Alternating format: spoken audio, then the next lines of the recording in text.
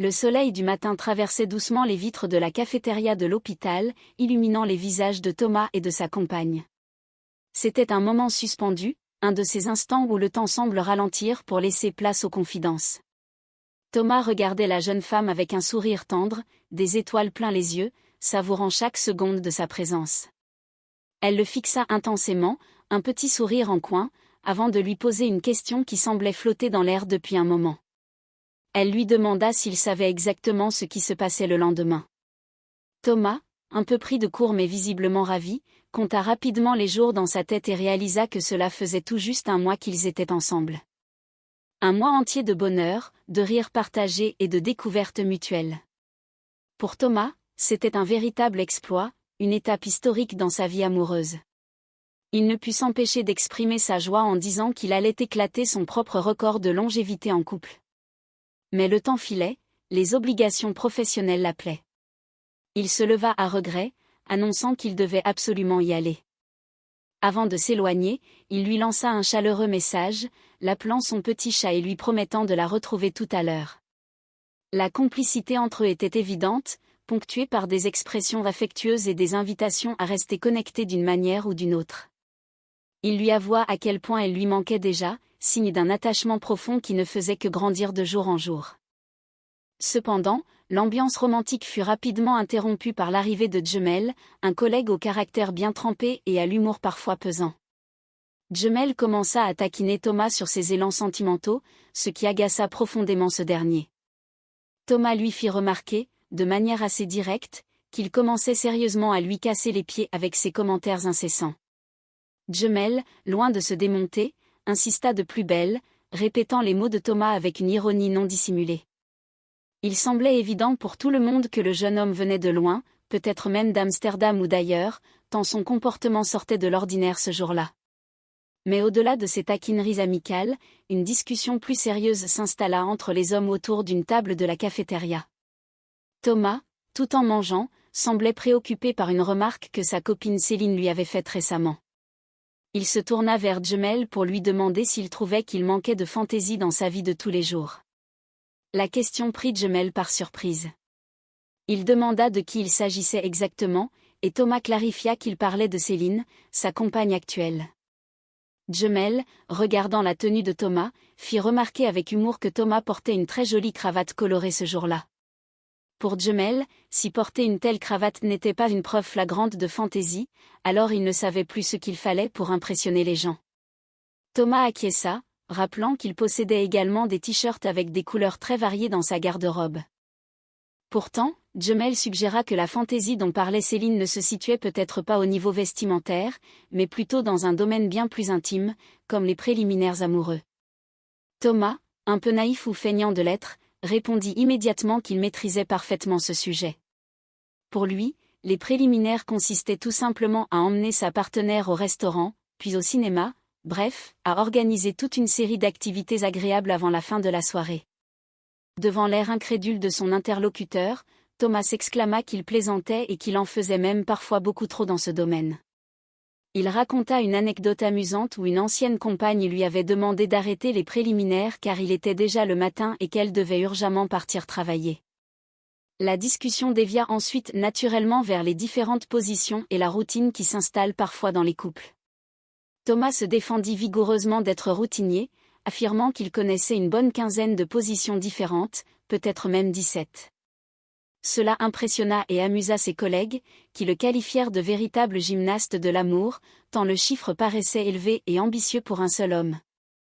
C'est à ce moment-là que Sabri intervint dans la conversation pour apporter une touche de quotidien hospitalier. Il demanda si quelqu'un pouvait monter un plat du jour à Jean-François, un patient âgé de 27 ans qui se trouvait actuellement dans une chambre de l'établissement. Sabri précisa avec tendresse que Jean-François était un grand gourmand et qu'une bonne part de tarte lui ferait le plus grand bien. Thomas, surpris, avoua qu'il ignorait complètement que Jean-François avait été admis à l'hôpital. Sabri expliqua alors que le pauvre jeune homme souffrait d'une clavicule complètement éclatée à la suite d'un accident pour le moins original impliquant une caisse ou une canette de bière, combinée à la charge imprévue d'un animal de côté. Les détails de l'accident restaient un peu flous, oscillant entre des esprits malicieux et une vieille chèvre de mauvaise humeur qui aurait causé ce grand traumatisme physique. Malgré la gravité apparente de la blessure, l'équipe médicale gardait son optimisme et son sens de l'humour face à cette situation rocambolesque. Peu après, le déjeuner de Jean-François arriva enfin. Un des collègues expliqua qu'il avait préféré commander le repas à l'extérieur, juste en face de l'hôpital, car la nourriture servie au sein de l'établissement n'était vraiment pas terrible. Il plaisanta même en disant que la mauvaise qualité de la cuisine était une stratégie secrète de la direction pour garder les patients plus longtemps. Selon lui, les gens entraient à l'hôpital pour une simple foulure à la cheville et finissaient par y séjourner des semaines entières à cause d'une gastro-entérite contractée à cause des repas. Après avoir partagé ce moment de franche rigolade, il décida de laisser le patient se reposer, rappelant qu'il ne fallait pas trop parler et qu'un bon sommeil était essentiel pour la guérison. En quittant la pièce, il recommanda à chacun de ne pas faire trop de bruit en entrant dans la chambre afin de ne pas réveiller le blessé. La conversation reprit plus tard entre Thomas et un autre collègue au sujet de sa relation avec sa compagne. Tout semblait aller pour le mieux du monde. Thomas confia qu'ils étaient véritablement faits l'un pour l'autre, formant un couple parfaitement complémentaire. Leur relation était solidement basée sur une confiance mutuelle et un respect profond. Lorsqu'on lui demanda ce qu'il faisait en général le soir pour se détendre, Thomas expliqua qu'il ne planifiait jamais rien à l'avance. Ils préféraient de loin fonctionner au feeling, laissant libre cours à leurs envies du moment. Parfois, ils s'installaient confortablement pour regarder la télévision, ou alors ils allumaient le magnétoscope pour visionner une vieille cassette vidéo. Après ce moment de détente, ils s'intéressaient souvent aux informations télévisées pour se tenir au courant de l'actualité mondiale. Et quand venait enfin l'heure d'aller se coucher, ils se dirigeaient vers la chambre à coucher où ils allumaient une petite télévision d'appoint. Le collègue, curieux et un peu indiscret, voulut en savoir plus sur ce qui se passait exactement entre le moment où la lumière s'éteignait et le moment où le sommeil les emportait. Thomas, un peu agacé par cette intrusion dans sa vie privée, répliqua que cela ne regardait personne et conseilla avec humour à son ami d'aller plutôt regarder un film de fiction ou un divertissement pour adultes s'il voulait assouvir sa curiosité. Pendant ce temps, dans les couloirs du service d'orthopédie, une atmosphère animée régnait comme à l'accoutumée. Les soignants s'affairaient auprès des malades, s'assurant que chacun recevait les soins appropriés. Une discussion s'engagea parmi le personnel concernant la nature exacte des interventions pratiquées dans ce service spécifique. Quelqu'un rappela avec insistance qu'ici, on s'occupait exclusivement de casser des plâtres, de réparer des os et de soigner des articulations, et qu'aucune autre procédure médicale majeure n'était au programme. Cependant, pour détendre l'atmosphère parfois lourde de l'hôpital, certains s'amusèrent à raconter des histoires farfelues sur de prétendues interventions secrètes réalisées le week-end avec des outils de fortune comme un pied de biche ou une scie de bricolage.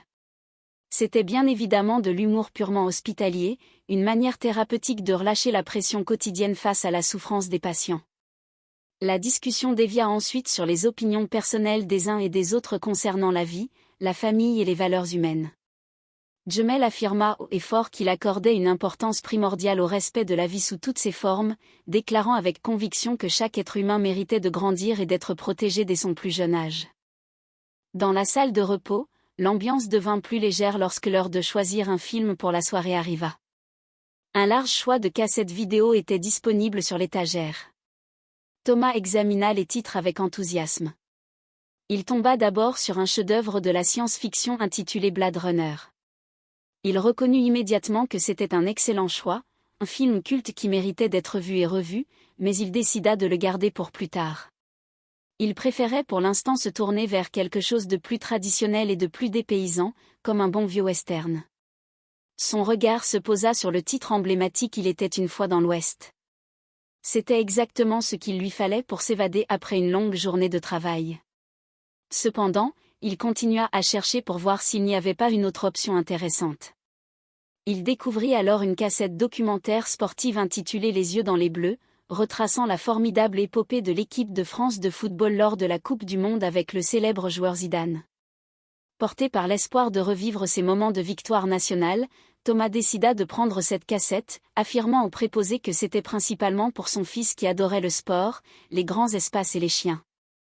Il demanda à ce que l'achat soit inscrit sur son compte personnel, tandis que des sandwichs étaient préparés pour la salle de garde. Malheureusement, une fois la cassette insérée dans le magnétoscope de la salle commune, une surprise de taille attendait les spectateurs. Au lieu des exploits sportifs des footballeurs français, l'écran afficha des images d'un tout autre genre. Il s'agissait d'une parodie humoristique et farfelue se déroulant dans un décor de campement amérindien, un film intitulé de manière très évocatrice La chienne du tipi. Thomas crut d'abord à une erreur technique ou à une mauvaise plaisanterie. En regardant de plus près, Jemel et lui crurent reconnaître une de leurs collègues de l'hôpital, Clara, apparaissant à l'écran au milieu de cavaliers et de cow-boys. Une grande discussion s'enflamma immédiatement pour savoir s'il s'agissait bien d'elle ou d'un sosie ressemblant. Thomas affirma qu'il sentait au plus profond de lui-même que Clara n'aurait jamais participé à une telle production, tandis que Jemel plaisantait sur les talents cachés de leur ami et sur l'histoire de la fameuse quinzaine de positions dont ils avaient parlé plus tôt. La rumeur se propagea rapidement au sein de l'établissement, créant une série de quiproquos amusants. Jemel croisa Clara dans un couloir alors qu'elle s'occupait du classement des dossiers d'admission du mois. Il tenta d'aborder le sujet de manière détournée en faisant des allusions à la vitesse d'exécution d'un célèbre personnage indien et en lui demandant si elle ne voulait pas fumer le calumet de la paix avec lui. Clara, totalement ignorante de la situation et pensant que Jemel devenait simplement de plus en plus excentrique, lui demanda ce qu'il essayait concrètement de lui dire. Jemel finit par lâcher le titre du film, demandant si cela lui disait quelque chose au niveau de l'omoplate ou de l'anatomie fessière. Clara, comprenant que quelque chose d'anormal se tramait, lui conseilla très sérieusement et fermement d'arrêter ses plaisanteries douteuses. Peu de temps après, la situation prit une tournure plus officielle. Une jeune femme se présenta dans le service pour annoncer une heureuse nouvelle à son compagnon, Aimé. Elle lui présenta un magnifique papier bleu, symbole d'un bonheur à venir. Aimé, admirant la couleur du document, mit un moment à comprendre la signification profonde de cette surprise. Elle lui annonça alors avec une immense joie qu'il allait très bientôt devenir papa. Cette annonce remplit le cœur de tous les témoins d'une vague d'émotions positives et de bienveillance, rappelant les véritables valeurs de la vie et de la famille. En parallèle, Clara découvrit enfin l'existence de la fameuse cassette vidéo qui circulait à son insu. Elle contacta immédiatement un certain Eduardo au téléphone, lui reprochant vivement d'avoir sorti ces images sans son accord et exigeant que la vérité soit rétablie, affirmant qu'elle ne cherchait pas d'argent mais simplement le respect de sa dignité. Pour régler cette affaire délicate, Clara décida de faire appel à un avocat de renom qui fréquentait l'hôpital. Elle lui expliqua la situation en prétendant qu'il s'agissait d'une très bonne amie à elle qui avait tourné dans un film par le passé et qui se trouvait aujourd'hui dans une situation de grande détresse psychologique. L'avocat, professionnel et rassurant, expliqua qu'il existait une procédure juridique rapide appelée le référé, permettant de retirer immédiatement un produit de la vente en cas de litige flagrant sur le droit à l'image. Il proposa généreusement d'étudier le dossier. Entre-temps, Thomas, toujours influencé par ses discussions sur la fantaisie amoureuse et inspiré malgré lui par les scènes mémorables du film de cow-boy, tenta de mettre en pratique de nouvelles approches romantiques et acrobatiques avec sa compagne. Malheureusement, le manque de souplesse et la dureté des murs de leur appartement provoquèrent un petit incident domestique sans gravité mais nécessitant tout de même quelques soins pour des éraflures cutanées. Clara se montra très inquiète de l'issue du procès à venir, craignant par-dessus tout que sa réputation au sein de l'hôpital ne soit compromise si l'affaire s'ébruitait davantage. Le jour de l'audience arriva enfin au tribunal de grande instance. Le juge en chef, revêtu de sa grande robe noire traditionnelle, présida la séance avec une rigueur solennelle. Après avoir réglé une première affaire mineure concernant un différend corporel entre deux particuliers, il appela à la barre le dossier opposant Clara Saunier à la société de distribution vidéo. L'avocat de Clara présenta une défense solide, argumentant que sa cliente n'avait jamais donné son consentement écrit pour la diffusion de ces images humoristiques de western. Pour prouver l'identité de la personne apparaissant à l'écran, un examen attentif d'un signe distinctif fut nécessaire. Clara montra un tatouage unique situé sur sa peau, que certains décrivirent d'abord comme une rose mais qui s'avéra être en réalité le dessin précis d'une montre de marque célèbre. Face à cette preuve irréfutable, le magistrat ordonna le retrait immédiat et définitif de toutes les cassettes du marché et condamna la partie adverse à verser la somme de 20 000 francs à titre de dommages et intérêts pour utilisation illégale de son image. De retour à l'hôpital, l'atmosphère s'était grandement apaisée. Clara retrouva Jemel dans la salle des archives. Soulagée d'avoir obtenu justice et de voir son honneur rétabli, elle apprécia le fait que son collègue ne la juge pas négativement pour cette ancienne histoire de jeunesse. Jemel, faisant preuve d'une grande maturité et d'une profonde empathie humaine, lui confia que tout le monde commettait des erreurs au cours de sa vie. Il partagea avec elle un souvenir d'enfance touchant où il avait un jour emprunté le petit chaton de sa concierge, provoquant de grandes larmes chez cette dame qui aimait tant les animaux. Cet échange sincère renforça les liens de camaraderie entre les membres de l'équipe, prouvant une fois de plus que la solidarité, la compréhension mutuelle et le respect d'autrui sont les valeurs les plus précieuses au sein d'une communauté de travail. Ils se remirent ensemble à classer les documents administratifs avec le sourire, prêts à affronter l'avenir avec sérénité et optimisme.